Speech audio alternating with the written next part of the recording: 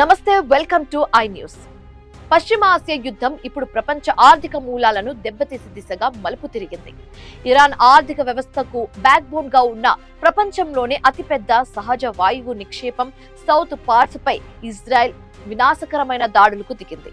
బుధవారం అర్ధరాత్రి వేళ జరిగిన ఈ మెరుపు దాడితో ఇరాన్లోని అసలే ప్రాంతంలో భారీ అగ్ని ప్రమాదం సంభవించింది.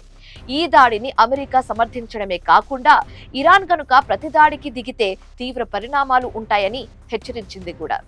ఈ పరిణామంతో ప్రపంచవ్యాప్తంగా చమురు ధరలు ఒక్కసారిగా 5% పైగా పెరిగాయి.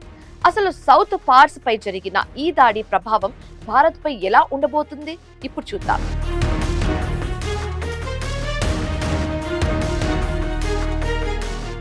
యుద్ధం ఇప్పుడు సైనిక స్థావరాల నుండి ఇంధన వనరుల వైపు మళ్లింది. ఇరాన్ గర్వకారణంగా భావించే సౌత్ పాస్ గ్యాస్ ఫీల్డ్ ను లక్ష్యంగా చేసుకోవడం ద్వారా ఇజ్రాయెల్ ఆ దేశ ఆర్థిక నడ్డి విరిచింది. ప్రపంచ గ్యాస్ నిల్వలలో దాదాపు 10% వాటా ఉన్న ఈ క్షేత్రంపై క్షిపణులు విరుచుకుపడటంతో ఇరాన్లోని 70% గ్యాస్ సరఫరా నిలిచిపోయింది. పొరుగునే ఉన్న ఇరాక్ కూడా గ్యాస్ సరఫరా ఆగిపోవడంతో అక్కడ విద్యుత్ సంక్షోభం తలెత్తింది. ఈ దాడిని ఖతార్, యుఏఈ దేశాలు తీవ్రంగా ఖండించాయి. ఎందుకంటే సౌత్ పార్స్ ఫీల్డ్ ను Iran, Qatar పంచుకుంటున్నాయి.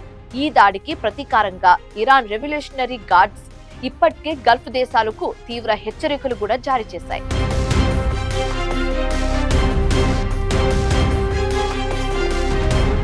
ఖతార్లోని Ross Laffan gas plant పై కూడా ఇరాన్ క్షిపణులతో ప్రతిదాడి చేసింది.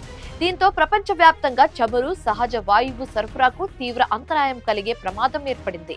ప్రస్తుతం అంతర్జాతీయ మార్కెట్లో బ్రెంట్ క్రూడ్ ఆయిల్ ధరలు $112కు చేరుకుంది. ఒకవేళ హార్ముజ్ జలసంధిని ఇరాన్ మూసివేస్తే చమురు ధరలు బ్యారెల్కు $150కు చేరినా ఆశ్చర్యపోనక్కర్లేదని ఆర్థిక నిపుణులు హెచ్చరిస్తున్నారు. ఈ పరిణామం భారత్ వంటి దిగుమతులపై ఆధారపడే దేశాలకు పెనుశాపంగా మారింది.